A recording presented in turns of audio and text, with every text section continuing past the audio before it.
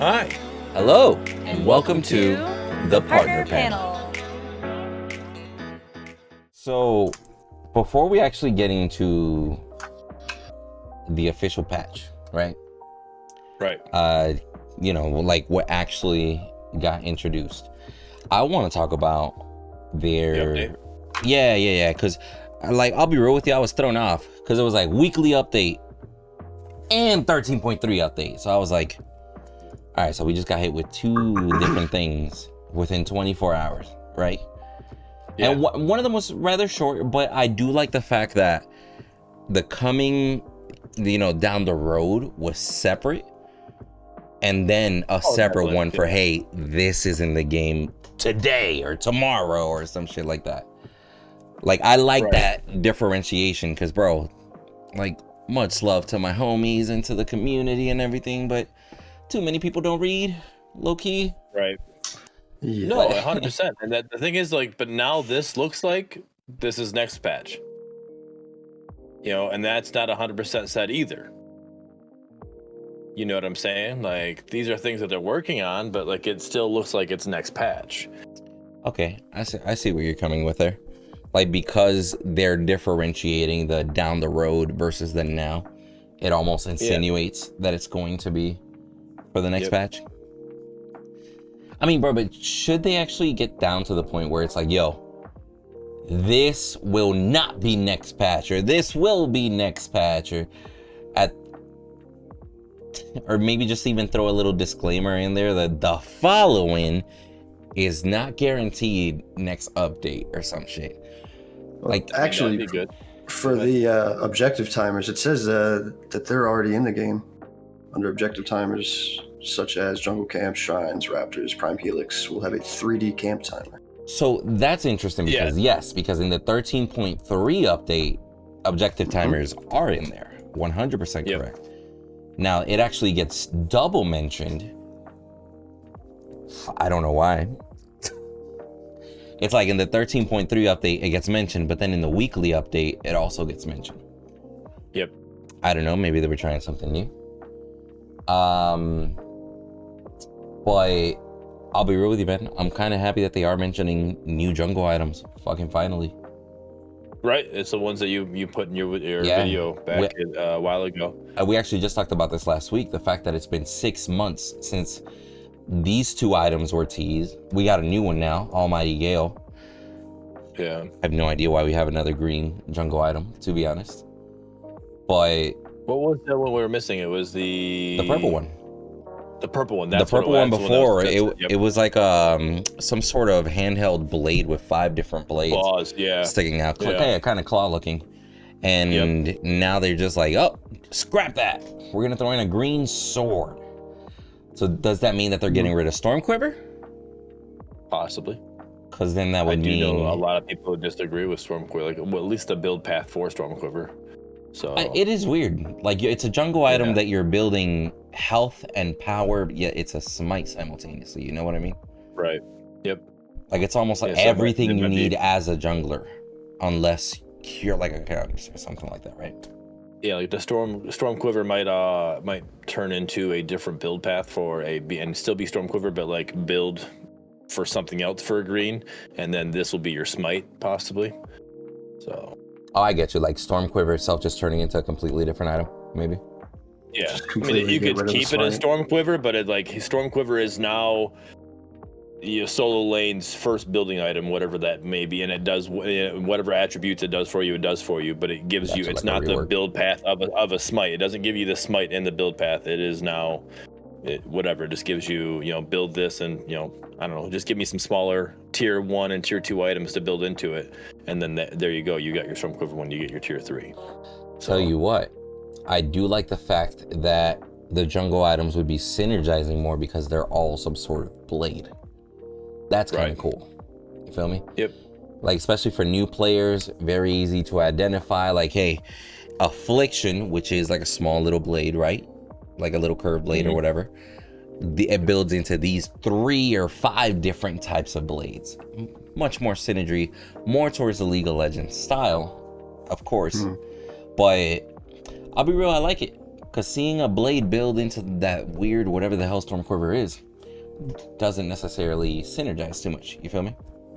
Right. I mean, it looks like they're going into like, you know, your Countess build with the magic damage, your heavy damage, and if you're like, you know, say they incorporate Rampage eventually, you got your tank, right, with the blue, red, green.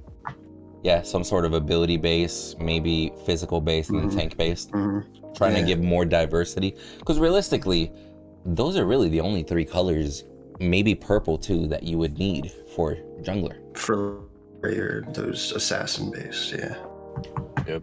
I still like the idea of the purple one because that shit could have been like somewhere along the lines of, hey, you get extra penetration off of it now that purple is going all into penetration, which we're kind of going to talk about here. How do you guys feel about with Kalari being a jungler? You know, it would fit perfect for her because I mean, purple's mainly her build as of right now. You know, you could use it on other people. Obviously, I'm not saying it's limited to only her, but that's her build. Yeah, so that would be a perfect smite option for her because it would benefit her kit more. So, before we go too far, though, I do want to point out you and me had a conversation yesterday. You know, just before the notes dropped, and you asked me if there's going to be, you know, an update, and I'm like, no, you know, the patch notes are going to be this is the patch notes are going to be it. We're good to go. We're not going to get the update because why would we do that, you know? And then, you know, I said, all right, I was wrong. You know, like they dropped and like, okay, yep, I was wrong. I'll admit when I was wrong, but I'm still going back to what we've said before. Like we're getting spoiled, in my opinion. Like you easily could have used the patch notes and then saved the information for the next week. Yeah. You know, and continued on our weekly updates, and we're now just getting more. There's going to be a point to where there isn't. We're going to get a very small update eventually. Like, all right, well, there's a lot going on because early access, but there's going to be a point that where it's like, there's not much we can give you. Like, here you go. We've been so transparent with you for weeks. Yeah. Like, here you go. We've been so transparent with you. We got nothing. Hey, thanks for reading. Good day. You know, like. Yeah, I don't know. I can see where you're coming from. I don't know if I necessarily agree with it because it's like an ever-changing, ever evolving game, you know. But I'll tell you what, like the fact that they did 13.3 patch notes, and then they did to come in the future, and then they did 13.3 official notes, and that includes some of the coming in the future updates that we gave you. Like the fact that 3 different push notifications were sent within 24 hours, or no, like 48 hours, I think, but still, 48 hours, that shit was confusing. I'm not gonna lie. I was like, oh, dude, I even messaged Cooch. I was like, oh shit, I'm ready for it. Like yesterday, I messaged him like, I'm ready for the video today, 6 o'clock, and he's like, nah, bro, it's Thursday. It's Thursday. They just dropped the notes early. I was like, oh shit. Okay, you right. My bad. And then that same day we got 2 different updates, and I'm just like, I'm a little confused as to what they're doing. Low key. I'm not gonna say I don't like the information, but no, definitely. Just the back and forth, and then okay, so this final one has a little bit of this, a little bit of that. Some things aren't in there. I was just like, I really don't know. I can't explain why they did it. It probably was just one of those like, oh, you know what? Let me include this one out there. And then it's like, it's probably better if we just throw it all into one and keep some of that stuff for next week. Who knows? Who knows at this point, TBH. But I was actually gonna ask, how do you guys feel about the jungle leveling system? Because for those of you that haven't gotten a chance to read it, essentially it's going to be a scaling jungle minions based off of all enemy and ally hero levels on average. I mean, isn't that similar already to how like lane minions work? Yes, to a certain extent, but it's not how the jungle works. Right. Yeah, it's like just the jungle minions flat. are just base. Yeah. Yeah. So like early game, I think. Yeah, go ahead. I think as long as they, because it's tough, because like those early ganks make the game, right? If they're scaling it back and they're allowing you to gank way more in the early game, I mean that's going to change. That's going to really change the feel, good or bad. I'm not sure, but It's going to be huge. Rotations, everything, right? Are you going to be able to gank as early, though? Because, like, you're not going to get your levels as early, correct? If they scale it back, like, if you take a red buff and one camp, you're already level 2, correct? So, but if you take red buff and a one camp and it's scaled back, are you going to reach level 2 at that time because of how it's scaled? Or am I reading this wrong? Well, the only thing that they talk about lowering is health and damage. Like the damage so you're still output of the same camps, XP. as far as they've mentioned. We haven't heard otherwise. As far as okay. So if you're getting the same XP, then yeah, all right, I see you guys are saying that. I'm on your side. I was thinking XP. I think everything would be scaled back. You're not going to get as XP on it. Now, granted, jungle does need a little bit of love because I don't know if you guys have noticed. Whenever you're in the jungle, like, you can literally be 2-3 camps. I'll go out to gank real quick, level 2, level 3 gank. Laners are already level 4 or something. You feel me? Like, it's like, hey, we either got to get a kill or I'm going to have to be here till I'm level 6, homies. I'm going to be real with you. Right. Like, you can definitely lose out a lot.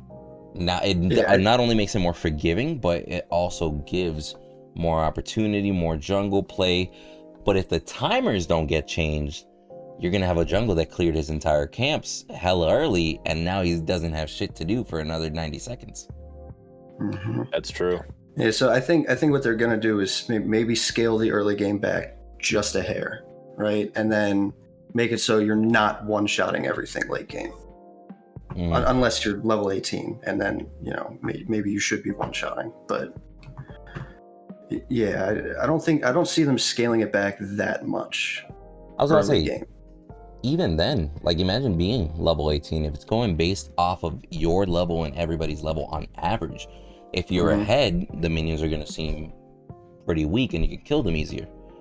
But if you're, let's say everybody's just level 15 and you just happen to be 14, maybe 13, falling hella behind, right? You're going to struggle just farming in your own jungle just because everybody's out farming you. You feel me? Now, would your team's jungle be different than the enemy team's jungle? Right? So if the enemy team is a higher overall level, are the minions over there going to be harder?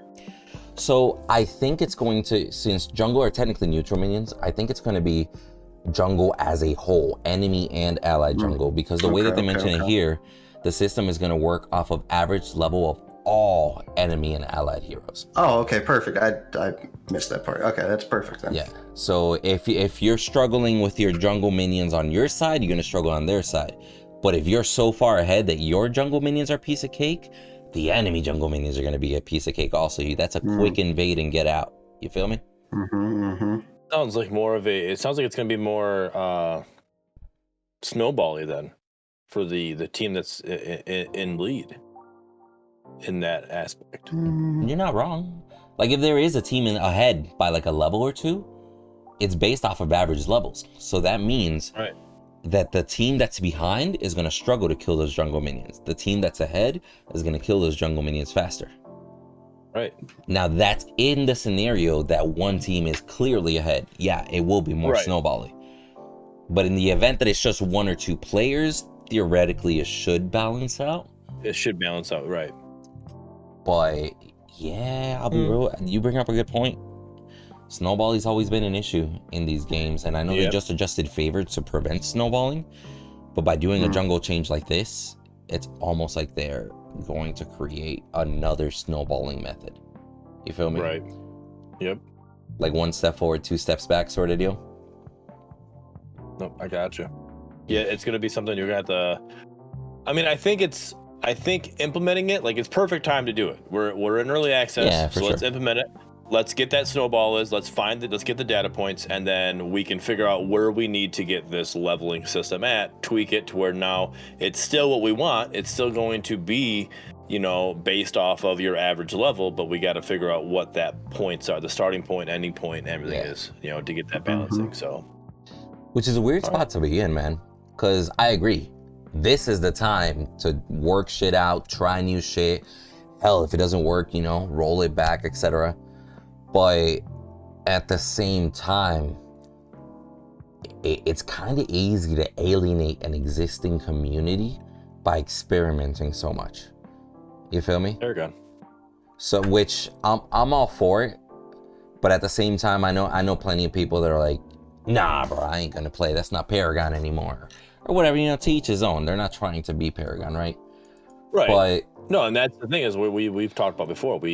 We're looking for a game that's going to be different. You know, that's going to do their own thing. You know, and well, we still want the third person MOBA is what we're looking for. So, yeah, there's going to be a time, whether it be after we get all the heroes and we start implementing new SMS heroes, or we're getting the new SMS map, or whatever. There's going to be a time that the Paragon fanboys are going to realize that this is no longer their game that they fell in love with, because it's going to go a different direction. It's eventually going to happen, but right now all we have is Paragon assets to work with, so it is their game that they've been looking for.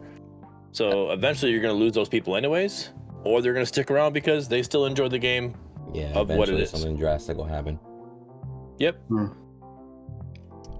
See, I don't think it'll eventually end up in, actually thinking about it now, I don't think it'll be something drastic. I think it'll actually just be more of a gradual thing. But what scares me is the fact that being early access, smaller community, but every early access has a smaller community, right? Being a paid early access, even smaller community. And then with certain changes, some people come, some people go, some people just stay. You feel me? My thing is, it's a perfect time to experiment with everything, but it's also like, I do think they should still pay attention and try to retain at least as much of the current community as possible, because if they're still currently there, arguably they're probably some of Fault's strongest supporters, right? Right. Yeah. So I don't necessarily think that too many changes in the goal for, I don't know, 30% of the market a few years from now would necessarily be worth alienating the core community now and causing the core community to maybe dissipate as time goes on in the search for the 30% of the market. You feel me? Right. No, I gotcha. The argument could be made that it's like, hey, why not focus on the average players you have currently and just make that small number grow within community standards, bases, etc. Both arguments could be made. I'll be real with you. Sure. I don't know. I can't say that I would choose either or, because that's a tough ass spot to be in. That's a hard fucking call. Aim for the future or please the now. You could do a little of both, but at the same time you're sacrificing on both. Right. I mean, any change they make, it has a potential of losing somebody, but I think the changes that they are making, it's like they're not like crazy drastic changes. Like they've made some drastic changes, you know, like the speed boost coming out of base. I know that was like a bug or whatever. It wasn't supposed to be like that, you know. But then you also have the towers right now, like the tower health, you know, for the inhibitors, right? Those were some drastic changes. But like this changing the jungle leveling system, I don't think that's too drastic. I think it's a change. You know, like the jungle's still going to be the jungle. It's just going to be how it's played. We don't know. I think it's needed. To be honest, I think the jungle change will be good. They're just gonna have to tweak the numbers and, you know, get it right, get it locked in eventually. See, I think instead of trying to balance the jungle as far as to their level, our level, etc., I think they should literally just start off like, you know, like set different camps with either different amount of minions if they want to keep it that way, or set just grab and make. You have somebody that creates assets now, literally have different jungle camps with different values, low key. And then if you have a jungler that needs a weaker jungle camp, then let him start at the weaker jungle camp and slowly level up that way. And if you have a jungler that can handle a heavier jungle camp and get a bigger experience buff off rip, that's going to be their jungle rotation. What the game I think needs the most in the jungle is individual jungle rotations. There is no different pathing for different characters. Everybody takes the exact same path right now, unless you just want to YOLO that shit and be unique. Right. But even then, it's like, yeah, you're being risky. I'm gonna be real with you. You're gonna need a couple ganks, and you're gonna have to be on top of your shit to pull that off if you want to start blue or stuff like that. You feel me? Right. Yep. I gotcha. I just think that would be a much more, again, more work, granted, because you have to incorporate a new asset. But I really think that would just be a much better end game result, as opposed to let's just balance out the jungle levels. It seems like a band-aid instead of actually fixing the problem that actually needs to be changed. The way I mean, so with the shrines though, is there? I haven't gotten into it, but like with the green shrine, right? Mm-hmm.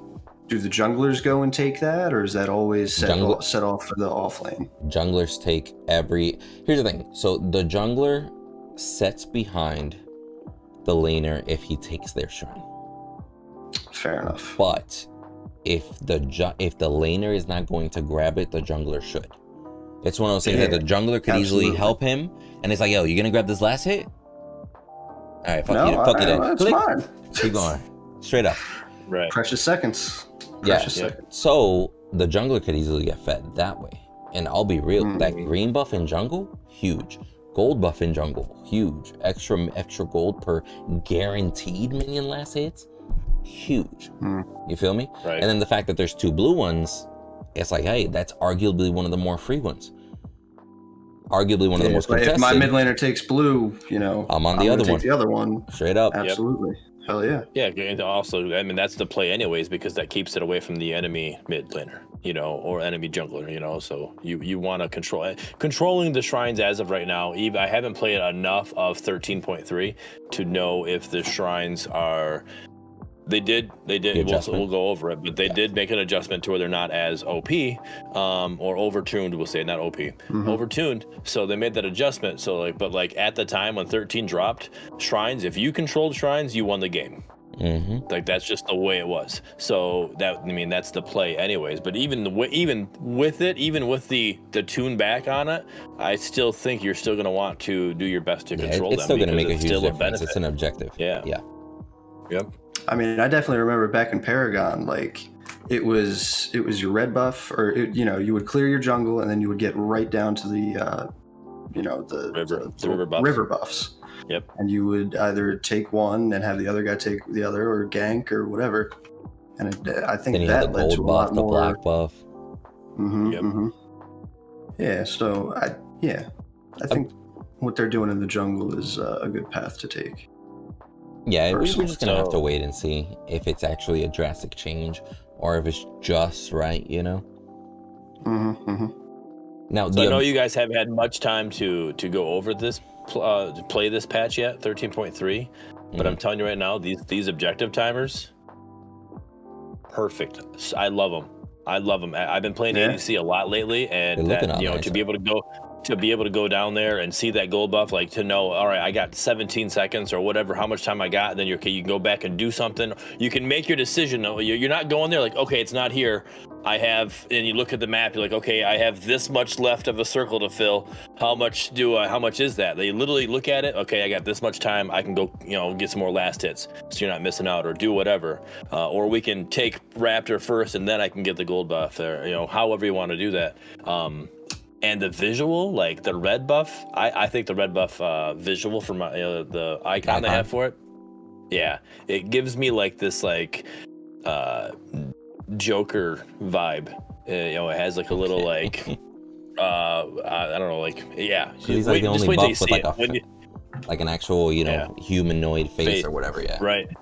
It's got a little Joker vibe to it. When you see it, let me know what you think. I will say, I do find it kind of funny that they decided to go with the approach of, YOLO, let's just give them ability icons with their own icons. And it looks clean. It looks much, much better, but that low key is an ability icon with a new icon in the middle. You feel me? Yeah. And in, kudos to them, that's almost like a quick fix that fixes it very, very well. Was hey, we already got this for the abilities. Why not just use it for those as well? True. Yeah, everything's just unified. More synergy throughout. Yep. Now, they mentioned that they're going to be introducing a fog war into that mini-map, which... Yes. Fog of war, excuse me. Which I like, because, you know, like, right now, even though there is fog of war, technically, in the mini-map, like, you can't see somebody behind that fog wall, the mini-map itself doesn't show that there's a fog of war. Like, right now, you look at the mini-map, and I've brought this up before, you look at the mini-map, and it literally just... You just see random-ass colored lines at certain entrances. Like, a MOBA player is used to seeing the jungle be, or the fog of war areas within jungle or the river or anything like that, that you can't see. Usually it's shaded a little bit. You feel me? Like some differentiation. And when you put a ward, it lights it up and you can see everything. Some visual stuff like that is really, really nice. So I think that, I just like the fact that that's coming out. Not something that was needed. It's definitely, but I like it. Quality of life, and it's quality great. Of life for sure. Yep. Yeah. Now, this Murdock skin. Let's talk about this Murdock skin. Hold on. Before we talk about it, as a Murdock main, as we talked about last episode, what are your thoughts on it? I need your thoughts first. All right, I'm gonna be real with you. Could use a little bit of tweaking, but overall, I like it. Here's my thing. The individual color that changes is pronounced. Both weapons, both the shotgun and the main rifle, are covered in the color that changes, whether it be the silver, the gold, the diamond, the red, right? Yep. Covered in it a lot, right? I like that they still, in the Masters theme, they keep it with white, with black, with a little bit, the red all over. I do feel like his thigh pads should be white. I have no idea why they made those. Why they made those black? Like, all his armor is white except his thigh pads. Go figure. Nope, 100% agree with you. I'm on your side with that. Then also, I noticed this is the only skin where they didn't change the skin tone of the character. They just left it a black guy. Yeah. Like, I still say, go back to the other skins and just leave the normal skin tones, but add, change the actual cloth, the armor and everything. You know what I mean? Now, I never noticed that. Yeah, like going back. Like straight up, like Richter's pale as fuck, Steel is pale as fuck, Darbash is pale as fuck. Like, but I kind of like it because it is kind of, it reminds me almost God of War-ish. You know what I mean? Like the heavy contrast. I didn't mind it. But if you're gonna go ahead and leave Murdock normal skin tone, I'm just like, but why? Like, I would dig a ghost looking Murdock too, TBH. You feel me? Oh yeah, I mean, maybe they will change that. It almost looks like his skin is white above the mask. Well, like above the mask, all you can really see is just like the glowing eyes, which I think is a dope ass touch, by the way. But I definitely just don't like the fact that they decided that for this one character, we're just gonna leave the skin tone. Like, I don't know if it's just because, hey, you know what? I like my boy's mustache to stand out. I don't know if it's because, you know what? That's the only brown guy. Let's leave him brown. I don't know what the fuck. Well, I didn't want to get political, but that could be a thing, really. Like. Well, it sucks that is a reality, but like you can get he literally is the only brown guy in the game. So if you take that away, then anybody that is like, hey, that's my boy, like. Yeah, because I can see both arguments. I can see somebody saying, hey, yo, if you change the brown guy into like a pale white ghost, give him the Twilight treatment. I can see somebody getting upset about that. But at the same time, like, I just know me personally, if you're going to do it to all alien creatures, human creatures, like, I just expect to see a Decker pale as fuck. I expect to see a ghost pale Bellica, a ghost pale Quang. Like, kind of like the Cyberfrost skins, how I saw like all decrepit and shit. If you're gonna do it to one, just do it to all. That's fine. But like, and I agree with you. Not like deciding to just leave my boy brown. Like, it almost makes it a little bit racial by trying to not make it racial. You know what I mean? Oh yeah, it's definitely a I just say small line to do it to all or do it to none. Like, just to be on the safe side. But I definitely think giving the whole skins that whole God of War vibe, like you know, just like covered in like that ghost like cut skin or whatever. If you're gonna stick with it, it's a cool theme to have. Granted. Yep. Or if it's just gonna be only armor, just do it only armor. Now, if they can change the color of his shot too, like his basic, his auto attack, to match each of that would be the so cannon tight. color and the shotgun. Could you imagine? That would be so tight. I can imagine down the road when things get more complex with animations and shit, they could probably easily do shit like that because it's just technically a texture change or color change, right? I think in a past patch they said something along the lines of that they were setting up for that, the ability to be able to do that. Yeah, they input the systems in place to be able to change visual effects and stuff like that, which is cool because there's a lot of skins on there like Gideon Undertow, for example, where it's just like, yo, I low-key missed like an anchor dropping out of the sky. Why is it a rock? Things like that will change eventually. I don't mind it. But you know what? Let's talk about this a little bit too, because let me bring up Narbash, for example. Take away the pasty skin, a green Narbash, or whatever color Narbash you decide to put with the white and red and black, might not look as clean. Yeah, no, you definitely, his skin tone, you definitely have to go. You would have to change it of some sort, at least to match. Kind of like the ginger skin has its orange skin, the purple hair skin has like bluish purple skin. You know what I mean? Yeah. So yeah, you have to. It's weird. Because at that point, I would actually, like, let's think about even Grux. When Grux comes in, there's already a Grux God of War skin, basically, right? Right. So I almost feel like they have to go down the approach of changing, like, just even skin tone, just going white with accents. See, now we're basing this all off of what we got 4 mastery skins now. Yeah. And 3, so we're looking at 21 characters as of right now. We got 3 of them are this pale white, or the skin tone change at least, we'll say, granted, right? those are also the non-humanoid ones. Right. Granted. And then we now have one that's not changed. So what if the other, that's 3 minus 21, that gives us, what, 18? You know, so that's, what if the other 18 don't have that white skin change? We're basing this off of 4 right now. We have to kind of really see what the rest look like. It's very possible that the humanoid ones won't have a skin change. And then those creature alien looking ones, right? Like Grux could easily have the pale skin. They could do a pale skin Severog, right? Like just make it pale cloak, for example.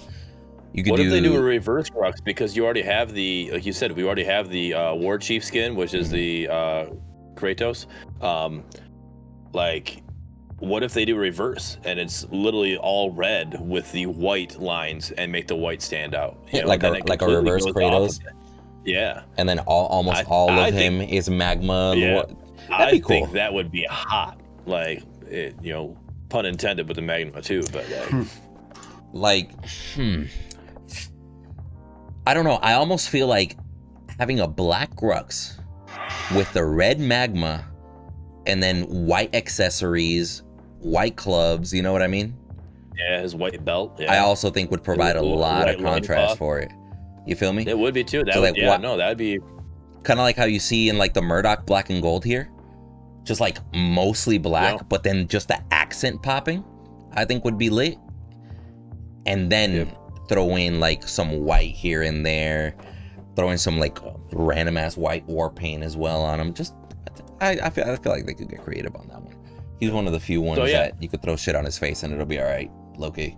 So with this one here, I think everything's perfect in my opinion, except for that stage 4 mastery skin. You need to go back and change his thigh pads, bro.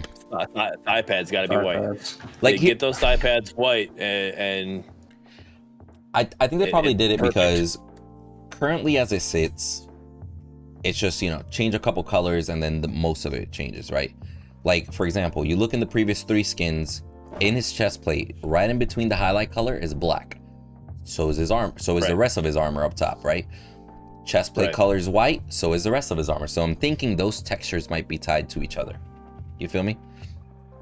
And what I'm seeing is that it's black thigh pads throughout.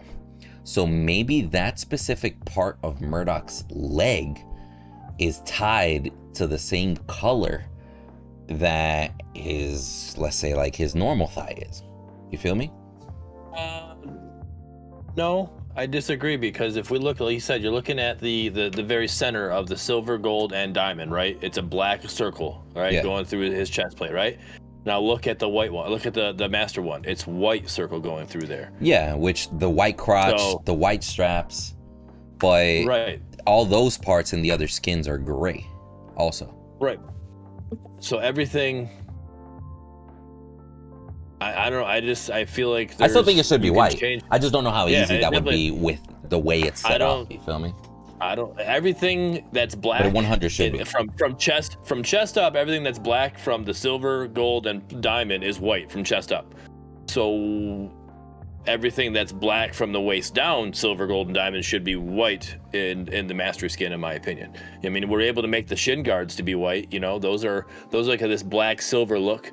You know, and the crotch and the straps for the things, those are like a gray, like a silver gray. You know, but they're white in this one. So like, change that to match. I think that's the only spot they missed, in my opinion. I think everything else looks great, and it would make, in my opinion, those thigh pads, that'll make that blue and that make that red pop even more. I think if you make those white thigh pads. Yeah, I think it should be white too. Even though realistically, also thinking about it, in Murdock, or almost in any of these, but specifically in Murdock, my homeboy is an ice cream cone walking around the lane. You feel me? Every time you see a Murdock, you see chest plate, gun, helmet. I don't remember when's the last time. Like, I'll be real with you, this is the closest look I've gotten to the shin pads ever. I don't know what his shin pads look like in the other skins. Like, low-key, in the other skins, like, I'm like, yo, check it out. The Shogun one has a fucking dragon of a gun. You ask me what his shin pads look like? I don't fucking know. I've had that shit on my screen a million times. I didn't fucking look at the shin pads. What is your favorite skin for Murdock? Oh, by far, reptile skin, but the OG Paragon skin, they actually had a couple different reptile skins. The one that's in the game right now is I want to say it's green skin with red armor, I think, or am I right? Is that backwards? It's a red skin. It's a red skin. Red skin with green armor. So back in the day, they actually had an inverted, which I love. Okay. Like, it was actually a lizard with some bright ass red armor running around, like shiny and shit. That was my all-time favorite Murdock skin. So, but currently, I'll be real with you, I rock that Wasteland skin all the damn time, because almost nobody uses it. That whole like not steampunk, the Mad Max type of vibe with like horns everywhere. Yeah, I call it the Mad Max skin. That's exactly what I call it, Mad Max. It looks I rock that one all the damn time. Now, I'm actually curious if I'm gonna get the stage 4 right off rip. That's a possibility with you, yeah. The Punisher skin would be cooler, I think, if it glowed just a little bit more. I like that the season pass. I agree with that. Because it's dope. It's black, neon blue, but it gets so lost, or it's so unnoticeable, especially when you're simply in lane. Unless you're in the menu standing still, that logo cannot be seen. But if that were like some heavy contrast like these, bro, I think a lot of their skins need a contrast change. Change my mind in general. Yeah, no. But speaking of skins, bro, this Kalari Shogun. Ooh, tell me about it, bro. I'll be real with you. She doesn't look like a fucking badass right there. Bro, since day one, fuck Kalari, get her out of the game. Kalari has no place in a MOBA, but that's a sexy ass skin. Bro, that's a sexy ass skin. I can't even be mad. Like, if I decide to play Kalari, be like, yo, give me a purple one. Low key. That shit's lit. Now, what does that say about Shogun skins in general? Because we have a few Shogun skins that came with Paragon assets, right? Right.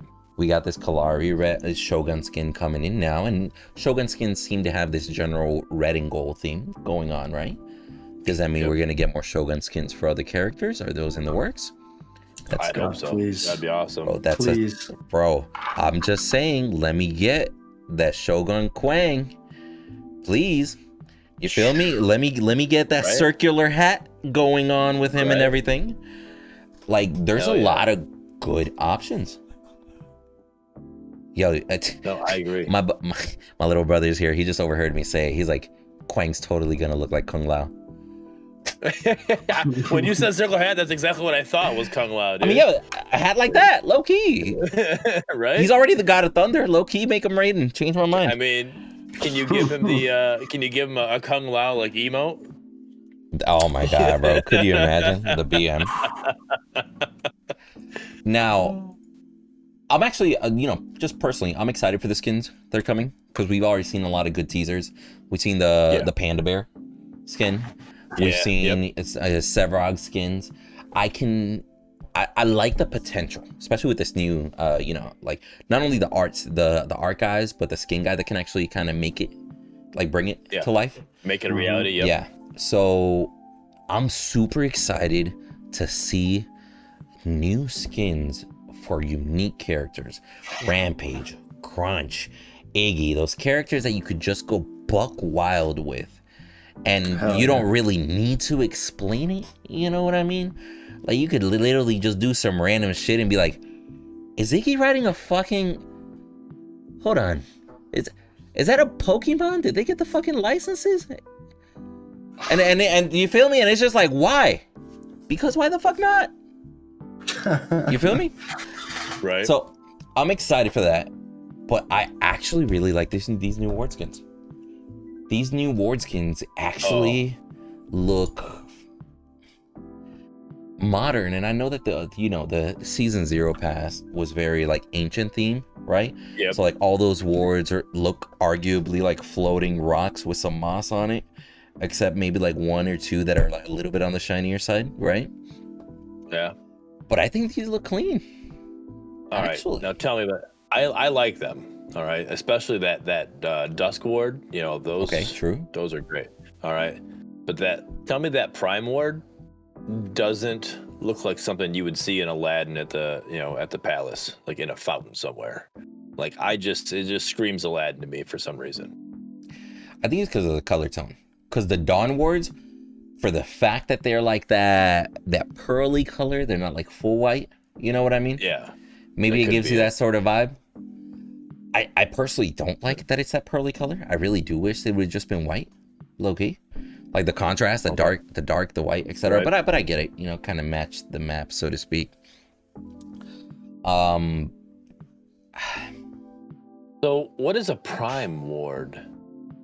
In regard, like, so the Dawn Wards, Dust Wards, Prime Wards, like what is a Prime Ward? Is that just a name for it? Is like, yeah, so it's just a color theme. Okay. I think that's a hint. Like, all right, I get. I think they're gonna change the word Prime. Yeah, because Dusk Wards look like the Dust side, Dawn Wards look like the Dawn side, but the Prime Wards do not look like Prime. Unless, what if Prime is going to go from the dark gray purple color that we're used to? What if they make him fucking pearl white? Yeah, that's white.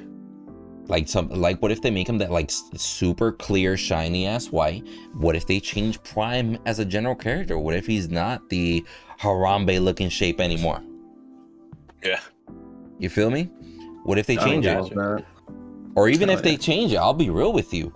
I remember OG Prime was just a super swole minion that was black, that was pink. Not many people remember that. Then eventually they introduced Harambe Prime, which is ironically just what it was called because of the, current news, whatever. Mm-hmm. And then, so they introduced a Harambe version of Prime, and he has not changed in like 5 years. You feel me? Prime is Prime. He might have gotten taller, smaller, fatter, skinnier, but he's still Prime. Right. I'm not saying it's going to be easy to do, but changing Prime would be something that would be... Changing Prime to your own asset, SMS, would be something that would be big enough in the game to where it would show the community that here's something of ours. Separate them a little bit, separate them a little bit, because like right now, like just using that asset, you got nothing that says, hey, this is ours, like That would be a big fix. Like I said, I'm not saying it's easy. Like here we go, we did something, implement it. But that would be something that I think would be. It's smart. Even if it did the same exact killing, like and then pops you up, like all actions are the exact same, but a different visual, something that doesn't look like that, would be huge. I'm 100% with you, because at the end of the day, the biggest assets that they could change to show, hey, this is our own shit, are map, prime, raptor. Yep. Like, I'll be real with you, Reggie the Raptor has become a meme. Yep. I'll be real with you, I'm tired of seeing Raptors ever since Legacy. Back when it was 3 different fucking Raptors. And oh, look, I got a black buff off of it. I'm tired of seeing this little damn, like, rooster looking Raptor for the past fucking 6 years, bro.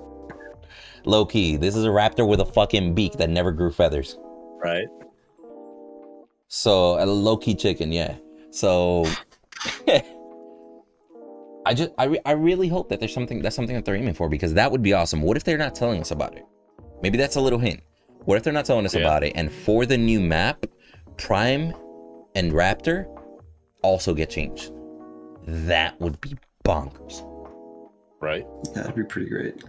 Now, along the side of what you were saying, while we're talking about this, yeah, that new change, when I don't know if you guys have seen it yet, but when Raptor comes back to map, or like it first shows up on map, if you're there right at the 8-minute mark and you watch it happen, those little like magma rocks that show up, like that, like those, it comes out of the ground, like, and it rolls up, like that's pretty fucking sweet. I'm like, I saw that, I'm like, ooh, I like that.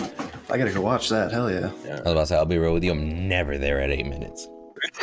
At 8 minutes, the first thought in my mind is, I still got 2 minutes before they try and grab it. Right. Well, yeah, so the 8-minute mark, it's not often you're there for that one, but there's like, hey, like, all right, now after the later in the game, you're like, okay, I'm getting gold buff, hey, Raptor's almost up, let's hang out for a second, and then you just watch it happen, and there's like, you see that little rock thing show up. It's pretty fucking sweet. I like it. Now, we just talked about them adding items. Now, I like the fact that they're starting to add items, right? Yes. Like, I personally have known of items that have been scratched, items that have almost been added but didn't get added. And I like the fact that items are actually getting added. But when I sit there, I haven't actually tried Ring of Rejuvenation, for example, or Fountain of Invigoration. But looking at it, low key, bro, like, look at Fountain of Rejuvenation. Unique passive, increase all healing received by 30%, includes health regen and lifesteal. I don't know why, that's but a monster Chimera Narbash item. Bro, I look at that and I think as soon as Rampage gets introduced to this game, if he has anything similar to before, Rampage OP all day. It's a unique passive, which is good. But you bring up a good point there, Spider. Bro, health regen and lifesteal. That's on Chimera, bro. Huge. The good news is I can say it's not OP with Chimera.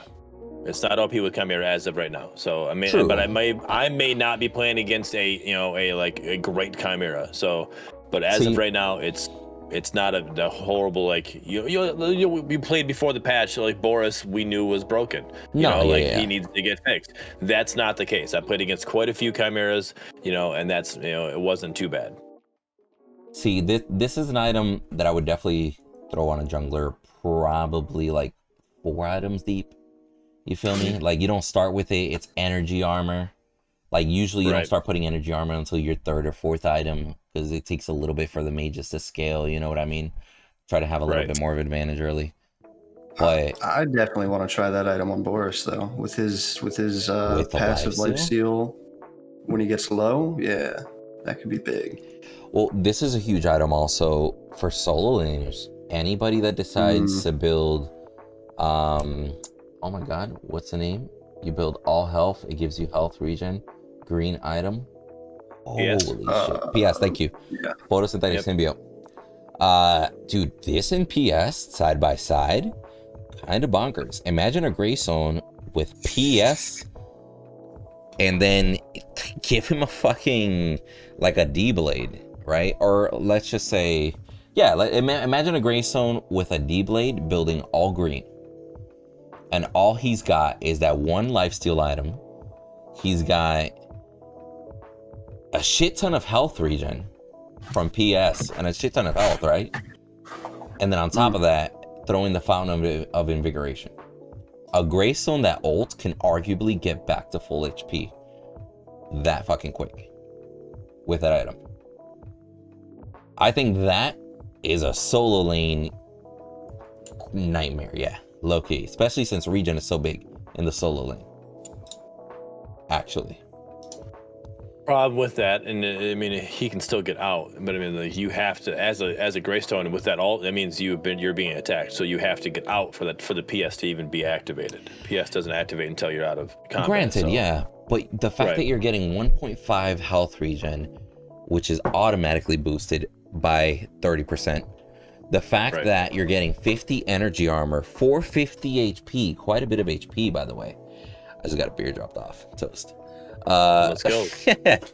And 10% cooldown reduction on top of that? Like, I definitely feel like this is one of those items like, hey, I'm gonna be real with you. The healing was dope. The health is cool. The health regen's awesome.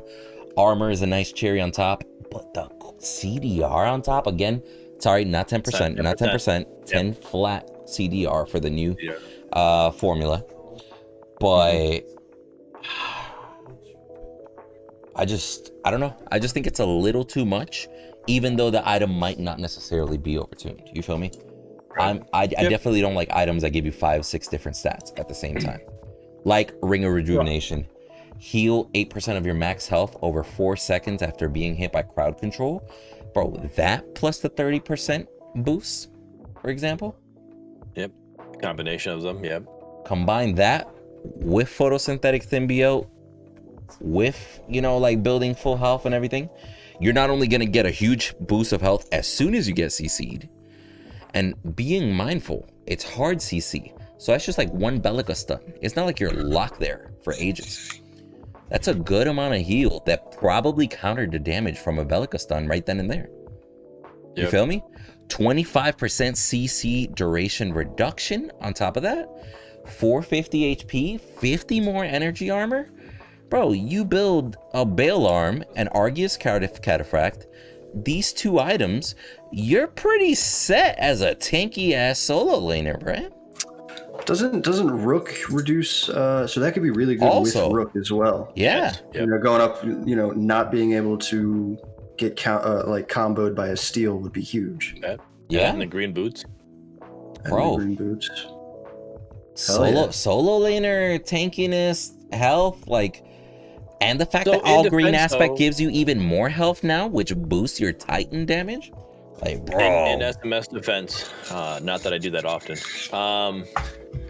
So solo lane needed some love. Solo lane needed some love. Solo lane didn't need love. You know, yep. Like right now, we only have 2 solo laners technically. You know, if we're looking at, we got Quang, we got Greystone. You know, obviously you can use Boris 7. Multiple players you can use over there, and hell, we've been, you know, right now we need to get out of this whole range meta.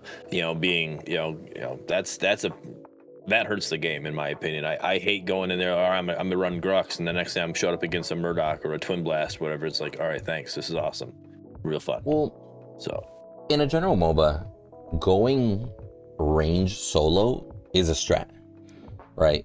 Like, you've seen it in all types of MOBAs. You see in Smite, you see mages go solo. In League, fucking Teemo solo has always been a nightmare ever since that shit came out. But the thing is, there should be a way, like the solo laner should be able to bully the mage if they're not careful, right? The problem I think we have right now is the fact that mages scale so hard because they have items that's like 80 power, 120 power, 70 power. And then as far as physical damage items, it's like 40 power, 50 power. You feel me? So I gotcha. The fact that, for example, that ring rejuvenation right there is going to be a perfect counter. If you got, let's say you start solo, you just start with like your T armor, for example, right? Just like a starter item. And you see you're going up against a Bellica solo. Bro, you could low-key build Ring of Rejuvenation first.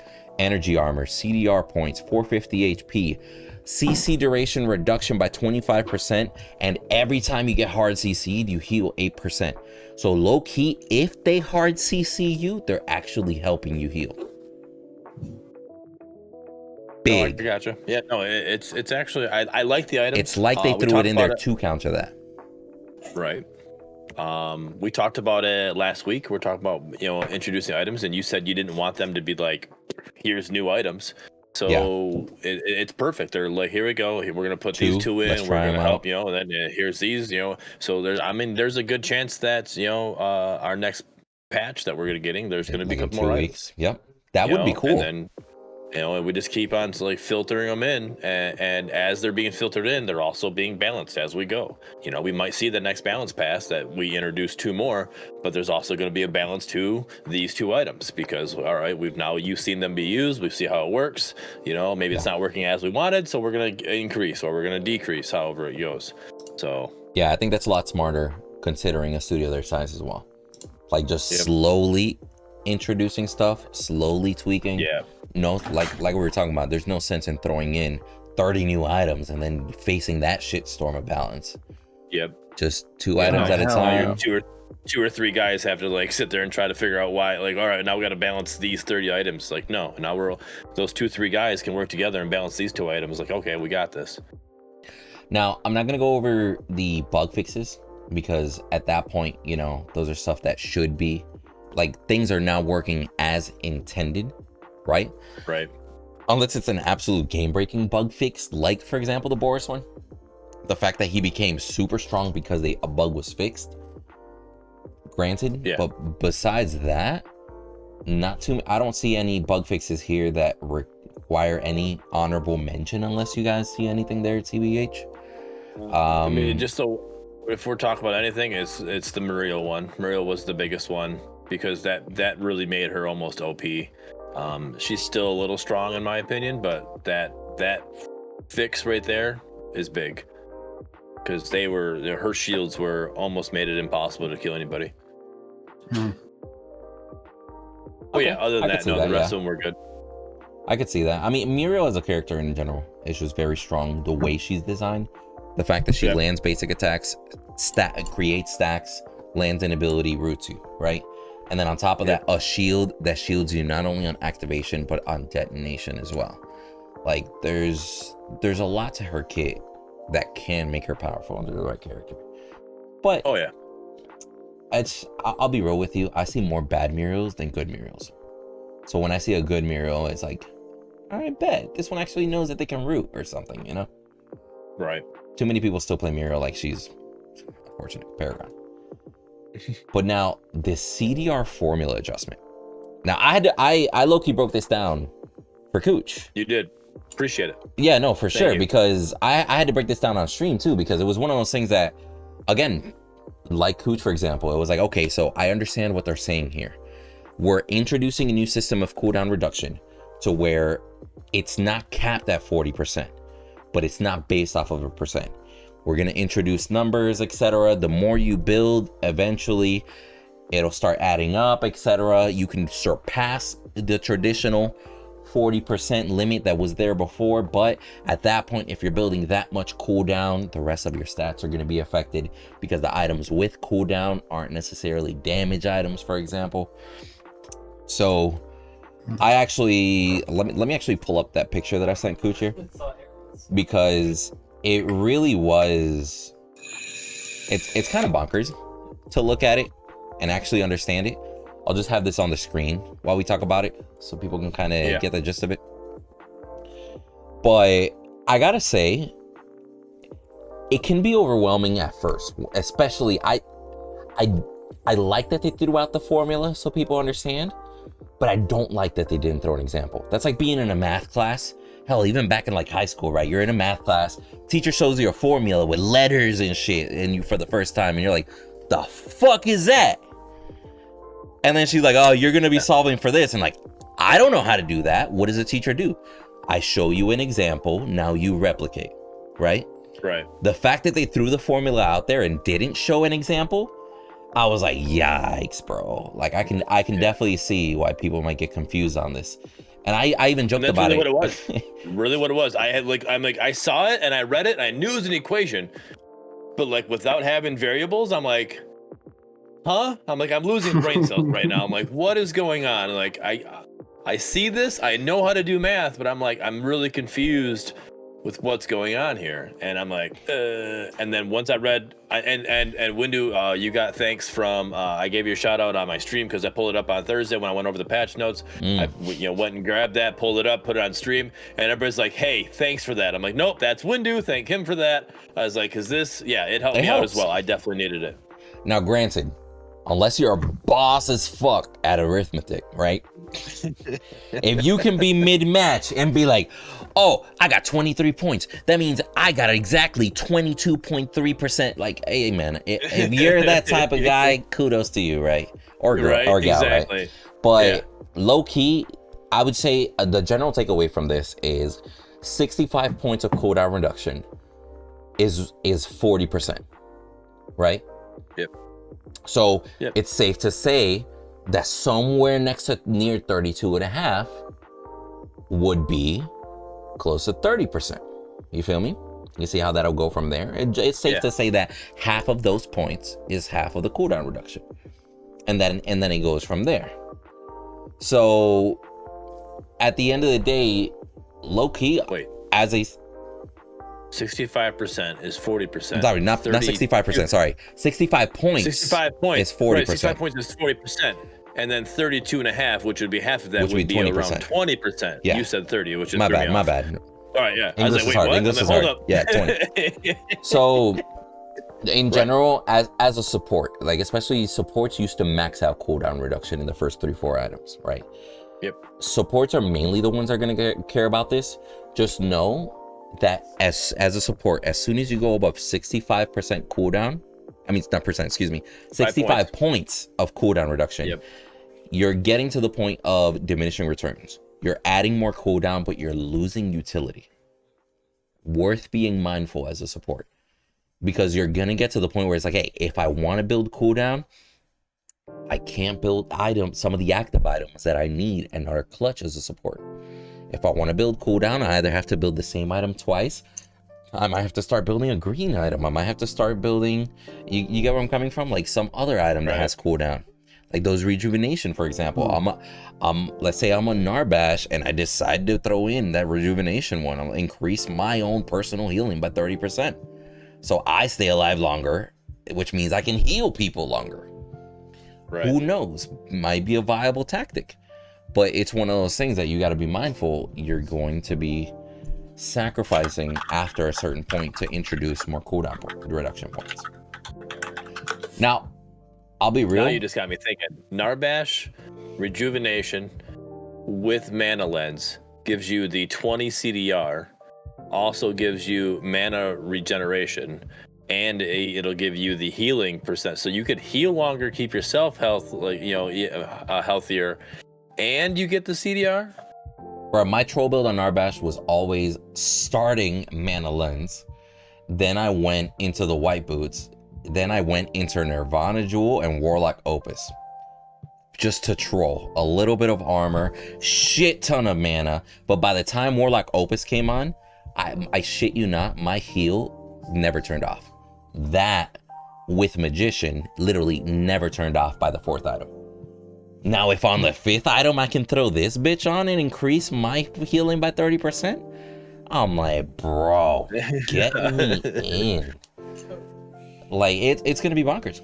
It's gonna be bonkers. I don't know how viable it'll be, but I can definitely see a carry that's being bullied by a mage, like a Countess, for example. Instead of building Jar of Hearts, if you have a Narbash support, build this instead, which just increases the healing and the energy armor.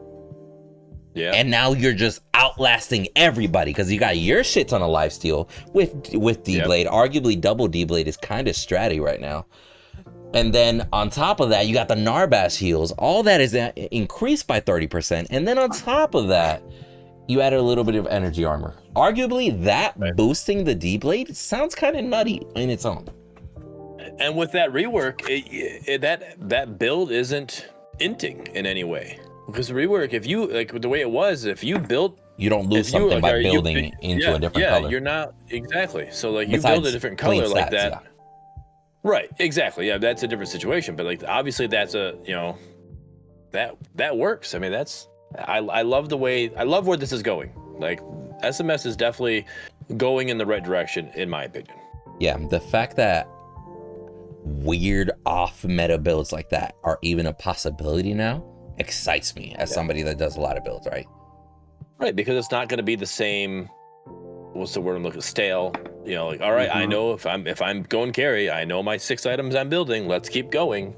You know, like and I know the order I'm going to build them in. Could you imagine you're laning up against a Richter and a Murdock, for example, right? Nasty duo, but it's a Twin Blast and a Narbash, and out of nowhere you see Twin Blast go D-Blade Rejuvenation. Now he's got the energy armor to block some of that Richter damage. And that healing is out the wazoo now. Way more healing than the enemy Murdock is going to have by even one full lifesteal item, to be honest. It almost sounds like that should be the strat for ADC. If you're going in there with a Narbash, it's almost like you should just grab that item. Because you're going to stay in lane so much longer. Here's the thing. It comes down to the point where you still want to build damage as a carry, right? Your whole point is to be a glass cannon, right? But at the point where energy armor starts being a threat, and with the new death recap system, you can actually see this.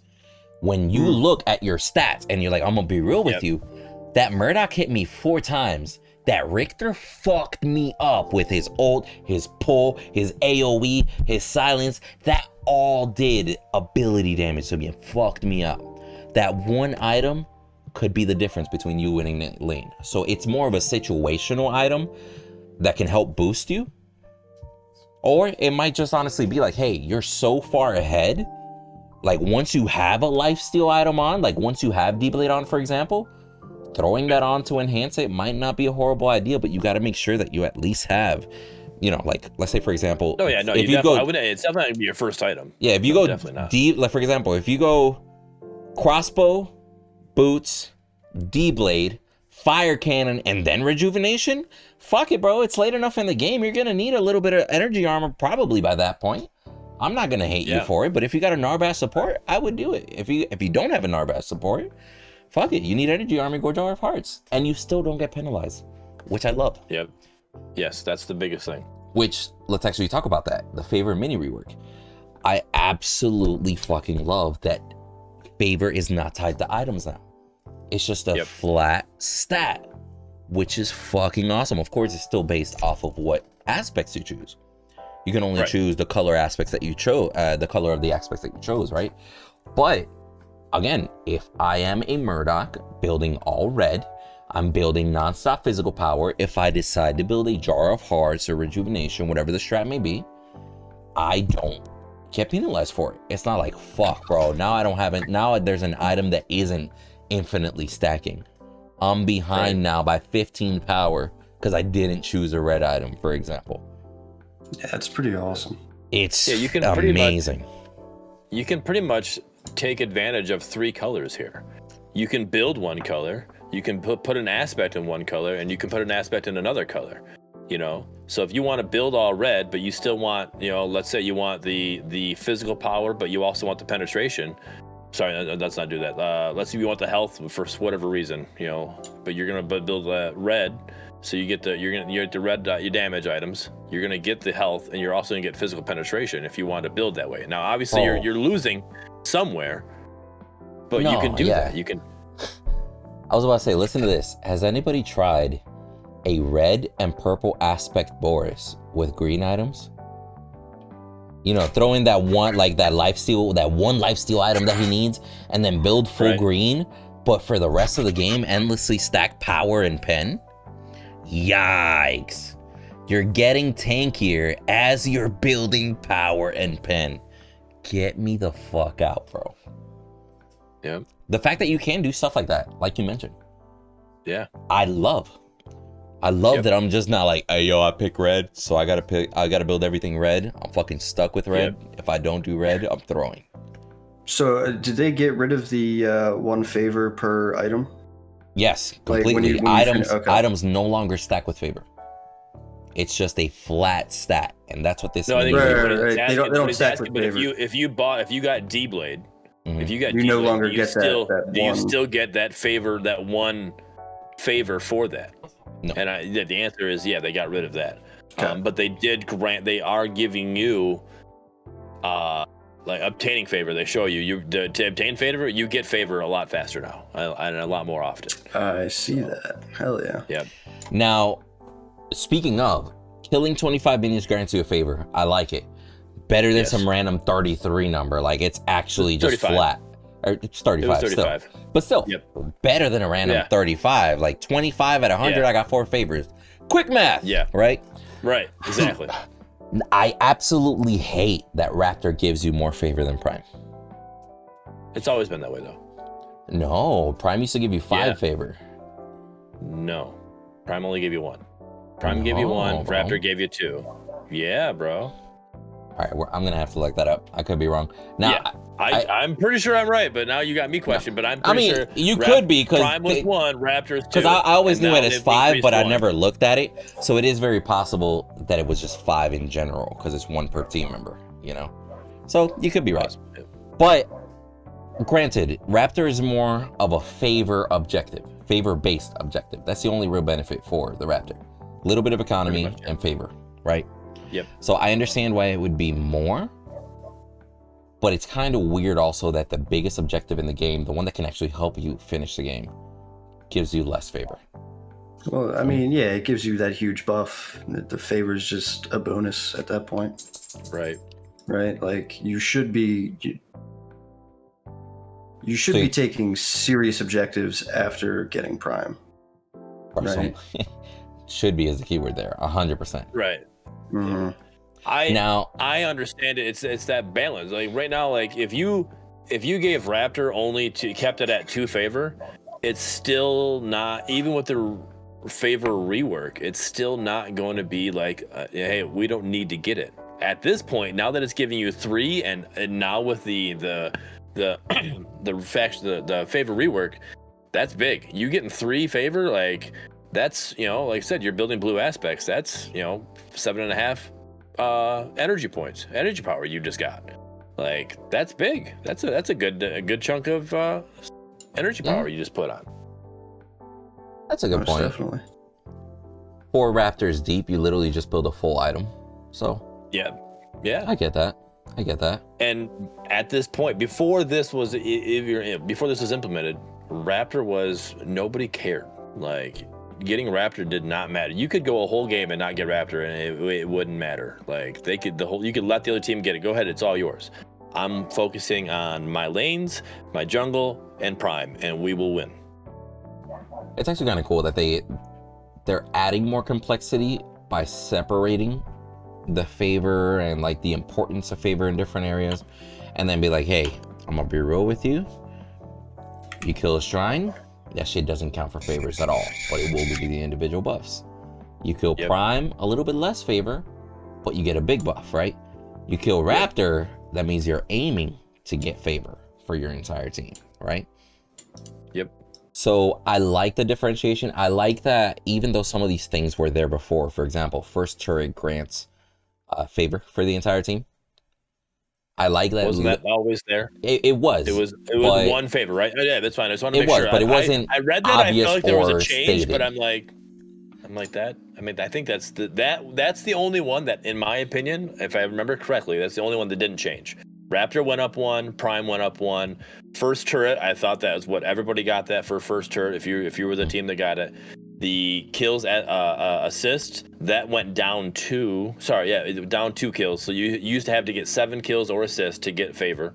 Now you only have to get 5. So that was a buff there. Cool. And then killing minions, you went down to 25 instead of 35. I was like that one in the middle. I'm like, did that one change? Like, I feel like everything here changed except that one.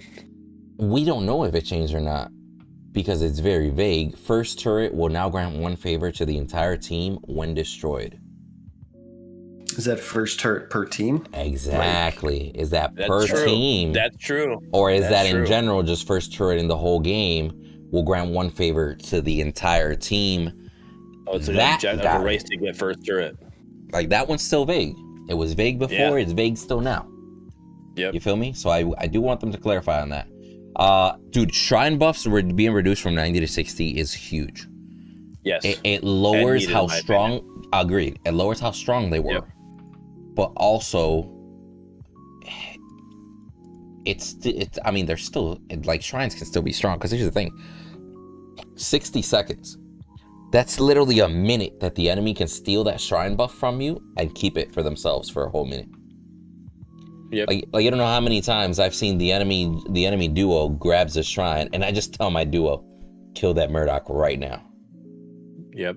And they just bam, my shrine now, bitch. Let's go back to base. That's it. Get out. Get out. We don't care about the support. Get out. So I think it's a needed change. I think that change is the biggest change on solo lane, because health regen and mana regen for 60 seconds as opposed to 90 seconds is a big nerf for a solo lane. Right. That's 30 seconds of not be having help. That's also part of it for the 90 seconds to the 60 seconds is a lot of it. You saw that back and forth. 90 seconds is a long time to get the kill, you know, especially early game. You get the kill and you get killed. You got the buff, you get killed, you lost it. You're able to go back now and get the kill and get it back. Like for 90 seconds, like early game, you're coming back pretty quick, you know? So 60 seconds, it's now, cause the way I play it now, I've been playing a lot more ADC. I go get gold buff. I'm being a little more strategic with all right, I'm getting my last hits, but I'm not putting myself in a position to lose it. I have to hold it for 60 seconds. Holding it for 90 seconds and trying to hold lane and still get my last hits, there's a good chance you're going to lose it because of, you know, that back and forth fight. So 60 seconds is a lot easier to hold it and not lose it than 90 seconds. I see that. Just more worth. Make sure that you get your worth out of it while you do have it. Yep. Makes it more impactful, so to speak. Yep. You want to say something? What's the health regeneration per minute reduced from 0.25 to 0.2? Okay. Under Green Shrine. So it's weird. So basically the way that the Green Shrine is designed, because it's health regen and mana regen, right? There is a base health regen and mana regen. Let's say if you get it off rip, that's what you get, right? But as the game progresses, let's say we're 30 minutes deep, two regen and 1 regen doesn't do shit for you. You feel me? The green shrine wouldn't be worthwhile. So as the game progresses and time goes on, the shrine continues to follow, because it's the only shrine that would fall off with time, because it's a set value. So they had to add some sort of scaling to it as time goes on. Yeah, I see. So that's just the scale. So you're gonna get that base gen. So after another minute, now it's gonna be 2.25, or sorry, it'll be 2.2, because it did change. It went reduced. So 2.2, and then next minute it's gonna be 2.4, and then it's gonna be 2.6, and it's just gonna keep increasing. Exactly. So the likeliness is as you level up, the buff is also leveling up, the green one, so to speak, or becoming stronger as well. The buff is getting buffed. Yeah. So Boris is getting a nerf. We missed it. Hold up real quick. Gold shrine. The gold shrine one. That's from 15 to 10. 33%. Yep. That dropping from 15 to 10 is huge. So I'll be honest, it was almost necessary, because one gold buff literally was the difference of like 500-600 gold at a time. If you're good with it. 3 waves? That's 3 waves, right? In 60 seconds? One wave, well, before, right? Before. 1 wave every 30 seconds, right? Yeah. 6 times 3, 18. So if you actually 15. Last hit 18 times 15, like I was saying, like about 500. 225, 300, something like that. Okay, my math is horrible. Let me pull it up right now. What is it, 18 times 15? 18 times 15. 270. So that's pretty sizable. Dude, so realistically, for doing the exact same job you would have done, Yep. An extra 270 gold, you feel me? Yeah. And then that you're getting above the yeah, enemy. that's literally just reaching a power spike sooner. You and the enemy laner could have literally been CSing exactly the same, but now you go and get your power spike 20 seconds earlier. And now you come back to lane while they're still trying to meet that power spike, like right at the end of it, but now you have a full item. Yikes. I've had a match where I was significantly behind with my support. I'm talking about I was a good 2 levels below, right? Like, and slowly falling behind. I was able, because their duo did not care about gold for some reason. My support didn't care about gold. I literally left their asses in lane, went and got gold buff 3 times in a row. I had my crossbow and my boots and fire cannon built before this motherfucker finished his crossbow and boots. With 3 gold buffs. And just farming properly. I was like, too fucking strong. I was 1 level lower with an item and a half higher. It was fucking bonkers. Right. It was bonkers. That's crazy. They were feeding off of my support, but that's okay. You know, I still got big. But regardless, like I do think 90 to 60 is a huge nerf. 15 to 10 is even more of a nerf. Like, hey, it's like, hey, we're gonna nerf the gold you get by 1/3, and then we're gonna nerf that gold by 1/3. Yep. So arguably 2/3. Bro, it's rough. It's rough. It's still good, but it definitely not as crucial. It's specifically in the dual lane, right? Yep. I'll be real with y'all. I don't really like going over character changes. Some of them are worth mentioning. Like, for example, we all know Boris was OP. Boris, yeah. His right click attack got reduced. His ultimate, interesting. And so before his ultimate, you got extra damage based off of how much health they were missing because it was an execute. They took that shit away. Now it's either just, hey, you either execute or you just do the flat damage. That's it. You don't get any bonus, which is interesting because out of everything that makes Boris OP right now, after they fixed him, I didn't think his ultimate was one of the things that I was like, yeah, that's the one that's fucking me up, you know? Right. Definitely didn't. It's hard think to that tell one though was the because one. by the time you're at that level, you're that low, like you just thought his ultimate was gonna kill you. Like once he goes up, like, oh, I'm done. Like unless Muriel drops a shield, I'm out. Like all he's got to do about this. All he's got to do is go up and then right mouse button, maul him, hit him twice. He's probably dead, right? Like, yeah, which is why I understood the right mouse button. That shit needed a nerf. It was fucking strong. But realistically, 9 times, and let me not say 9 times out of 10. Let me say if a good Boris is ulting me, I'm probably low enough to where I'm pretty close to deserving to die. Yeah. You feel me? Mm-hmm. Yep. If a good Boris ults me. It's not like a new Boris that ults me at full HP and it's like, rip, let's kill this guy. You know? So, to each his own. I have no fucking clue why Gadget's movement speed got increased by 10. 10. Yeah. Like, bro, get a percentage out of that, bro. It's ridiculous. I don't know why 10 was the ideal decided speed. I don't even think that was maybe even necessary. Maybe it's to put her more on par with other mages. Who knows? Interestingly enough, her bomb, her Q, cooldown got reduced at all levels, and then the mana cost got reduced. So it's almost like they want you to spam the bomb more, because beforehand, Gadget, you spam that right click like crazy. You just consistently poke. You're essentially a poker, and then at a team fight, throw your ultimate, right? Now they're actually wanting you to cast your mine more, which is more burst damage. But beforehand, it just took too much. So just trying to get more DPS out there with her. I guess trying to make her more viable. Does this make her more viable? Yeah, does this make her more viable? Is she going to be? I'm going to say cooldown use her more often. Let's ask ask the Gadget main here. What are your thoughts?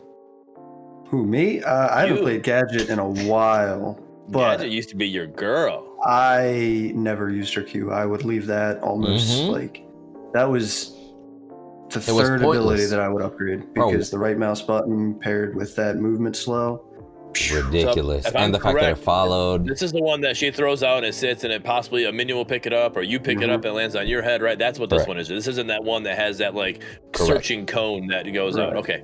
All right. Yeah. So that one. It needed some love. Granted. That thing. I don't use her, so I don't know. I don't play mid very often at all. Mainly.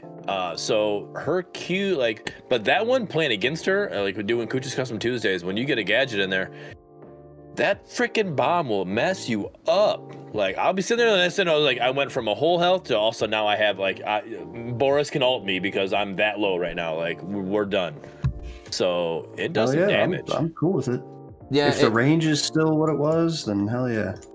Yeah, that's a big thing on it too. It's just basically you get to cast it more. And the way it used to be back in the Paragon days, her mind was definitely just a fucking nuke, right? This time around, it's more along the poking, harassing side. It still does decent damage, but it's one of those things that with a gadget, you have to choose, am I going to prioritize crowd control? For example, that slow on that right click, which is just fucking ridiculous even till this day. Or am I going to prioritize damage? Now, prioritizing damage on a Decker is not a bad idea, right? Like your ultimate, you throw it down for damage, and you can do more burst, but it's just one of those things that you gotta consider as an individual player in your situation. Is that what you're gonna max? 9 times out of 10, that right click is what you max, just because it's so fucking oppressing. Oh yeah, it was fucking great. It's bullying. I love that ability. Yo, it's 100% bullying. Every couple seconds, throw it down, and then the more ticks you get, the more your ult comes down to. It's like, yo, why would I throw 2 bombs when I could throw 3 cones with the same amount of mana? Right. Sign me up. Next cone, please. I'm Dairy Queen in this bitch. Cone it up. So then you got Gideon. His right mouse button was actually very, very fucking strong, especially when they reduced the area of effect, bro. That's huge. 20% reduction, huge. Makes that, like, I hated it going, like, you sit there like, oh, it went by me. Nope, it still hit me. How the hell did that hit me? Yep. And that 20% radius reduction, love it. I think Gideon in general is a hero that his radius in general for all his abilities needs to be carefully looked at, because again, with the new ability system, we fixed the majority of, bro, I was outside that rock. There's no way that hit me. Most of that is fixed, right? Yep. But this right mouse button that is now a hero killer that can get spammed easily. If you go right mouse, rock, right mouse, fuck, bro. Yep. So that was having the damage reduced on the earlier levels, specifically, not late game, just the earlier levels, because it was too oppressive. And then the radius reduced, definitely needed. Greystone, I didn't see this one coming. Now, Greystone, of course, needed some love, considering he's 1 out of 2 solo laners, right? Technically. Right.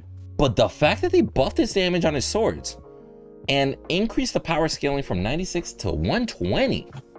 Damn. That's can we do a teaching moment real quick? Yeah, what's up? Power scaling, the percentage. How does that work in game? If I'm looking at, I read that power scaling increase from 96 to 120%. I don't know what that means. Okay, so long story short, the simplest way to teach you is, let's say you build 100 physical power for Greystone, right? Okay. Yep. You might have his swords that scale 120.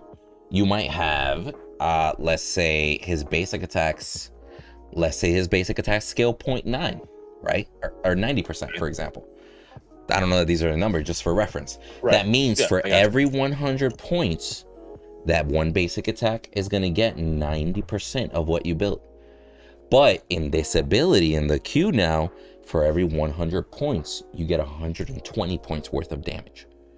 So power scaling is a way to individually control how strong a character ability, a specific character's ability is, without nerfing the item, right? Okay. So if you have a character, let's use Gideon, for example, right? So they reduce his base damage early on. That's just because he was a little bit too strong early. Granted, early on, there isn't really much power scaling going on, to be honest, right? Yep. But it's one of those things that specifically for like a mage, power scaling is a huge issue. Like when you look at an ability, what you're going to max out, if you're going for damage dealer, for example, if your account is just trying to delete the enemy, look at your abilities. First, look at what their base damage is, right? Make an assessment. And then from there, look at which ones scale the hardest. If I build 3 items, which one of these 3 abilities is gonna fucking nuke? So then you could be mindful. Early game, I might want to go. I might want to spam this ability more because it has more base damage. For example, a teleport, right? But then, like the siphon, that has a shit ton of power scaling. So maybe late game, that siphon is going to do more damage the more items I have, and maybe the teleport won't do as much. So there's different scaling. Every character has different power scaling per ability. And per basics and everything. Usually, for example, most carries have 1-to-1 power scaling.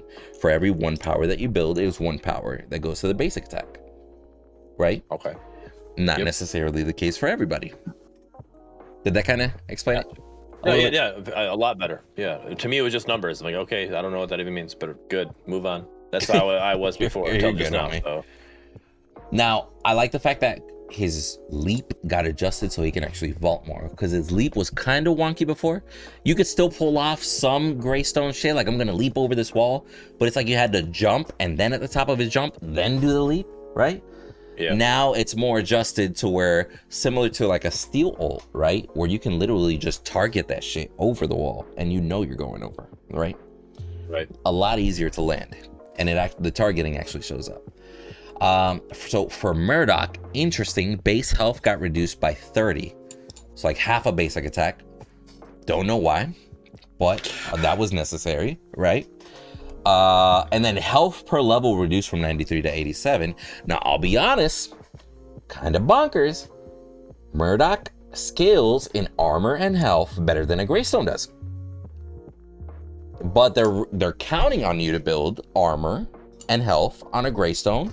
That's why they give you less in the natural scaling, right? But it is kind of bonkers when you have 2 carries, arguably both of them scaling in a very similar way. Let's say Twin Blast and Murdock, right? Scaling in a very similar way. Their abilities are very unique. They have their different advantages. One of them can snipe for kills. One of them can just fucking go ham and go steroids on you.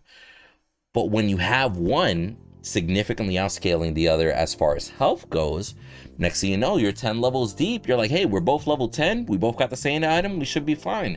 Little did you know that Murdock now has an extra 300 HP than the Twin Blast. You feel me? So I understand why they're doing it. I just think it's funny that they're choosing to do it now. Personally. Murdock had almost base level 18. Hold on, you're cutting out a little bit, bro. You just went he's also robot on Discord. He also looks frozen. I didn't know. Stop the downloads.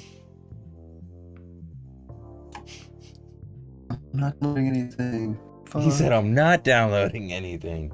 Oh, there we go. There you go. He's back. Are we back? All right. Yeah, you're back now. I was gonna say, tell somebody to get off Netflix. All right, what were you saying? So I was just saying, Murdock before, I know like a long time ago at the very least, always had the highest base health, period. Yep. So now this brings him back a little bit, right? So he had a little bit more tone. If I'm not mistaken, he's still at the top of the chain as far as carries. Okay. So before he had what, 2,244 before any items, right? Max health at level 18. Now he's got 7 times 18 plus 540. So they bumped him down by about 150. Nothing crazy. Yeah, so it's just a little. I just find it weird that they're changing that, to be honest. Like a change like that just makes me wonder, what happened that made you guys change this? Like, you feel me? Yeah. Like, who sent that corporate email that you're like, you know what, fine, we'll reduce it by a little bit. You know what I mean? Yeah. Now, maybe it's because of the fact that Murdock's the most used one, so they're trying to bring it down. Make it to where he's still like not just like you. Hey, he got nerfed, hard, But they trying to make it so like, hey, you also got Twin Blast you can use. You also got Sparrow you can use. Don't forget about these ones. Oh, Twin Blast, my boy. Sometimes half a basic is all it takes to live. So, granted, I can see that. Yeah. But the biggest one, and this is arguably a huge buff to Murdock, specifically early game, is the range of his passive, the Windu. Because now, at level 1, you have 50% more range. Tell me that's not bonkers. At level 1, it would have taken you, arguably, about 10 minutes or so to get to the 6,000 or more. Now, late game, it was broken. I'll be real with you. There's no fucking reason a Murdock should be that far from you. Late game with 10,000 units. I'm like, wee, wee, wee. I chase somebody from my core to their inhib after loop-de-looping around the jungle like 3 times. And it was north. I promise you, I was like, yo, where the fuck did he go? And I did a 360, heard wee-woo in that direction, started running that way, caught him up. He juked me again. I'm like, where the fuck did he go? Wee-woo, bam, going that way. Caught him and killed him. It was just absolutely fucking broken late game. But early game, I'll be real with you. There's certain situations where you're literally there and you're like, hey, how the fuck am I not wee-wooing right now? This man is literally right at the end of my basic range. Let me catch the fuck up. But it was too short. You feel me? So I think it's a much needed change for him that's going to make him stronger early game and not as fucking broken late game, personally. Oh, yeah. How do the passives level up? I see there's 5 different levels there, right? But that's not... Like, how do they level up? Is it after level 3, you're now working on the second level of passive or whatever? That's a great question. I don't 100% know, but I actually thought it was the exact same way based off of every 3 levels. Because if it's every 3 levels, by the 5th one, level 15, your passive is at its max. Which, to be honest, by level 15, most of your shit is maxed out anyway. You feel me? Right. Yep. So that's how I thought it worked, personally. I guess we were just going to need some confirmation on that one from somebody at SMS. All right. So Narbash, Song of My People, they increased the mana cost, quite frankly, after that rejuvenation bullshit. You're going to need it. And even then, you're still going to need it. You're going to need to do something because it's going to be strong, not even, bro. When I read this, I didn't even think about the new items. And I was like, damn, he just got a nerf to the fact that how long the cooldowns were increased. The cooldown on the healing are crazy. Yeah. So I'm like, oh, wait a minute. So then now this happened. Like so now it's got a long cooldown and it costs more. I'm like, oof.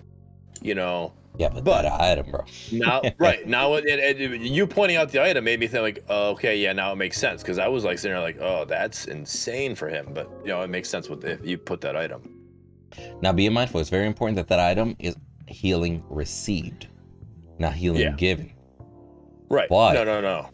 Let you put a Siren's Call and the rejuvenation item. Is it the rejuvenation? I keep saying rejuvenation. Invigoration. Excuse me. You put Invigoration and Siren's Call. The healing to himself is going to be out this fucking world. Yep. And anybody else that decides to build that item benefits even more. The fact that lifesteal gets jumbled into the healing that you received, fucking bonkers. I can only imagine the comps that are going to be made up, right? Yeah. But it's going to be fun. Yeah. What lifesteal item are you going to build with Narbash? Not on Narbash, but the fact that a Boris, if a Boris decides to, like, if you're Narbash, think of it like this. Like, for example, in my troll Narbash build, the amount that I heal, I actually had a match with 60k healing as Narbash. So, yeah, I got a screenshot. I'll show it to you. So imagine 60k healing, buff by 30%, making it 80. Bro. Now imagine on top of all that healing, I'll go ahead and give you 30% more lifesteal. You're welcome. But all you got to do is build this item. So now you're not only keeping yourself alive, I'm keeping you alive. What are you gonna have? Like regenning like 100 per second in the middle of a fight as a carry? What the fuck? Right. All right, I want to get not including life steal. Dude, right? That's what I'm saying. This out. Now, granted, it's much more of a strat if you have a Narbash. If you're in comms, you can actually plan shit out like that, right? But I'll be real with you. Do not expect a Narbash to be like, hey, yo, this motherfucker's gonna turn his heals on all the time for me, so I'm gonna build it. If he doesn't heal you, you just wasted a fucking item. Yeah, it's a waste of an item, yep. So and on a coordinated team, might be clutch. Right. On a solo game, Windu, Murdock. I'll play Boris. Let's go. Dirty stat. With that item now, and with Narbash the way he is, I'm waiting for its Biff to come back as the Narbash solo lane. You know, like he did with early access. I can see people doing that. A green buff plus an Narbash solo lane with that buff. Yep. Getting a lifesteal item as well. Yeah, that could be pretty big. Yep. All right. So. Now, Steel. On his right mouse button, his base damage got increased and his scaling got doubled. I think that's a stupid change. Now, granted, Steel needed a little bit of love. He's falling a little bit short, but the amount of CC that this man gives, he should not do that much damage. Also increasing the damage on his ultimate? Who's building energy power on Steel, though? Well, here's the thing. Are you going to build energy power on Steel now? Not necessarily, because if you build Titan, the more health you build, the more power you build. Oh, okay. So you can build a tanky Steel, gain damage, and don't forget the new favor system. Let's say you go Magician and Titan, and you have all green items, but I'm putting all of my points into blue. Now, the tankier I get, the more damage I do, because all my favors going into blue. So now I'm building tank, but I'm building damage simultaneously. And then on top of that, you're gonna tell me, let's double the damage on his stun. Then let's go ahead and increase the damage by about 30 at all levels on his ultimate, which that one isn't that big of a deal. But the fact that you do an ultimate, stun them, get behind them, CC them forward. You just did 3 instances of ability damage. They're CC locked for about 4.5 seconds. And the extra damage was needed. Why?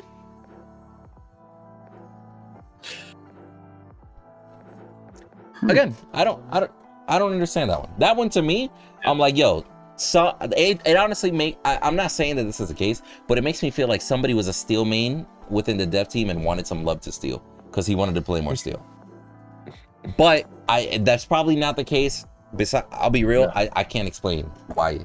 I mean, I haven't seen Steel be used in a while, too. Oh yeah, that's what I say. Not nearly as much. Well, but because Boris is broken. Usually, Steel was chosen as a jungler. Steel support Loki is an int nowadays with the supports that they have, right? Yeah. So Steel jungle and Steel solo still viable, by all means. But the fact that they're adding more damage, I think, might be them trying to push Steel to be more of a solo laner. Because we all know the CC utility was there. Like, if Steel ganks you, you're dead. Unless Steel fucks up everything, you're dead. Low key. Right. But Steel solo might not be the case. You might get bullied by a Grux, by a Boris, any other people, right? So maybe they wanted to add a little bit more damage there. That might be the only thing. Twin Blast, his ultimate, got nerfed by 2.5% level 2, 5% level 3. Now, granted, that might not seem like much, but at late game, whenever the level 2 ult and level 3 ults are there, you already have several items built. Those 2.5% and 5% late game make the most difference. You feel me? So, I could see it. I don't necessarily think that was a needed change, to be honest. I would have maybe looked at his right click a little bit more, personally. But again, I'm not the one. They made these choices for a reason. What reason that is, I can't personally say. Some of these make sense to me personally. Some of them, I'm just sitting here like, what Twin Blast fucked you over, bro? Like, what Twin Blast popped his ult and you were like, oh, too fucking powerful. Like, you feel me? Like, I'm just like, I don't get it. I don't get it. I really don't. I mean, I used to fucking. You could fucking 2 or 3 shot with Twin Blast with the ult and right mouse button. But if you're a glass cannon, a carry should be able to 2 or 3 shot you like it, regardless. I don't care if you're in your ult. If you're a normal Twin Blast walking up on a Gideon glass cannon, you should be able to 2-3 shot him. Can you 2-3 shot the Greystone? That's another conversation. Oh hell no! But you can CC him. But yeah, but that's what a glass cannon is: full damage, high vulnerability. So at that point, you know, go ahead. Talk about Twin Blast and feel like and wanting to be immersed in the game. I feel like Twin Blast needs his old ultimate back. Like I really don't feel like when I hit R, you know, and I hit the ultimate button, I don't feel like there's a change. There is a slight noise change, but like that, like it's not enough for me to like, you know, anybody else use an ultimate on you. Yeah. Anybody else use an ultimate on you notice they're doing something physically, you know, that you like. I got this. I know I'm doing. You know, I'm doing an ultimate. You know, like Sparrow. You know, everything just starts freaking glowing and just. You know, you can see that. You got nothing with Twin Blast. Now, what if with all the visual animation? What if down the road, Twin Blast, as soon as he gets his ultimate, his shot colors actually change? Let's say instead of a normal shot, now you got these fucking beams like boom, boom, boom. You feel me? And it feels and looks more impactful because the animation changes. But currently the way it is, you just have a normal gunshot coming out with all this. You feel me? So it could honestly just be a lack of VFX, which could be coming. I don't disagree. Something needs to change in that. Like something needs to happen. It's not just like, oh, I pressed it, I'm stronger. Because realistically, unless you hear it, you might not know that he ulted, right? It's not too visually like clear from an opposing side. And then besides that, a smart Twin Blast is gonna ult and right click at the same time. So I heard him right click. Did he ult? I couldn't fucking tell. I think his ult is down. It might not be. Right. So I agree. It needs to be a little bit just more obvious that he's ulting. I don't know if his ult needs to be changed because I do like the fact of his fucking Bane juice start shooting everything up, you feel me? Because that's essentially what he does. He just does like presses the button like goes ham on people, but at the end of the day, the visuals definitely need to change. I'm personally a fan favorite though of the old Paragon style, and I know Fault had it in the very beginning when they brought the rocket or the Gatling gun. The Gatling gun. How his arms just turn into a Gatling gun. I loved it. I think you visually saw that. Like maybe it was too much or whatever. I don't know, balancing it, you know, whatever. But I think visually that looked badass. Yeah, 100%. It was 100% way cooler. But I'll be honest with you, bro. I've arguably never seen a more pointless ult than a Twin Blast with a Gatling gun or the cannon. You know what a cannon was for me in Legacy? Oh, let me clear this wave real quick. Duh. Like, or like, for example, the only way I would use a Gatling gun is if they're out of range. And I needed that extra little bit for that last hit. That came in clutch, right? But besides that, I'd probably hold on to my ultimate like 2/3 of the game, maybe more, because I was like, yeah, I'm just gonna do a basic attack. It's way better. I agree with that. Yeah. It was definitely the ult was definitely most. It was more of a spray and pray, like you know, like you just sit there and just mow down the team in front of you. I thought it was great looking. Now I'll be real with you. This Twin Blast with the steroid ultimate, it might not seem like much, but for example, we talked about Murdock got reduced just at that tiny little bit of HP, right? Right. And Twin Blast in his ult does the difference of that tiny little bit of HP and then some. You might not realize it because you're in the middle of everything, right? Let's say you were hitting for 150, 150, 150. If your shots are now doing 183, that shit adds up after 5 shots, bro. Oh, definitely. Oh, yeah, it does. Especially as soon as you hit that level 6. That shit makes a difference. I think numbers wise, he's definitely a good carry. Like his damage, his health, everything, he fits. He's a great carry. I don't play him because I like his grenades, how they slow. His kit is great, except his ultimate. Like I don't feel like I'm in the game. I don't notice it. I don't feel it when I hit R. I don't feel like, all right, I'm doing more shit. Like it just doesn't feel that way. And like I need more visual. I need more sound. I need something to just like say yes. Now I'm doing something. Right. And his arm turning into a Gatling gun showed you. I feel that you doing something. Mm-hmm. Bro, bind his ultimate and his right click to an oh shit button on your mouse. Literally just do it. Yeah, bro. Like, and then literally just be like, all right, so I'm playing. And then literally just, and worst comes to worst, let's say it doesn't let you do 2-in-1 keybind. Fucking do his ultimate and the right click side by side. So you can fat thumb that shit. Hit his ultimate and right click at the same time. Now for 2.5-3 seconds, you fucking melt. That's it. You're just focusing on your game, poke with your grenades. As soon as the oh shit moment comes in, Glah! Let's time to fight. And now you're a pro Twin Blast. Change my mind. Jesus. Change my mind. But yeah, we basically gone over everything here. I gotta say honestly, I like the direction that they're going. I absolutely hated the 3 posts in 48 hours, personally. I hated the fact that one post had information from both of the previous posts, and then some stuff was missing. I definitely think that this Murdock thigh pad needs to be changed 100%. Yes, definitely. But overall, talking to you, SMS. Yeah, but overall, I like the direction.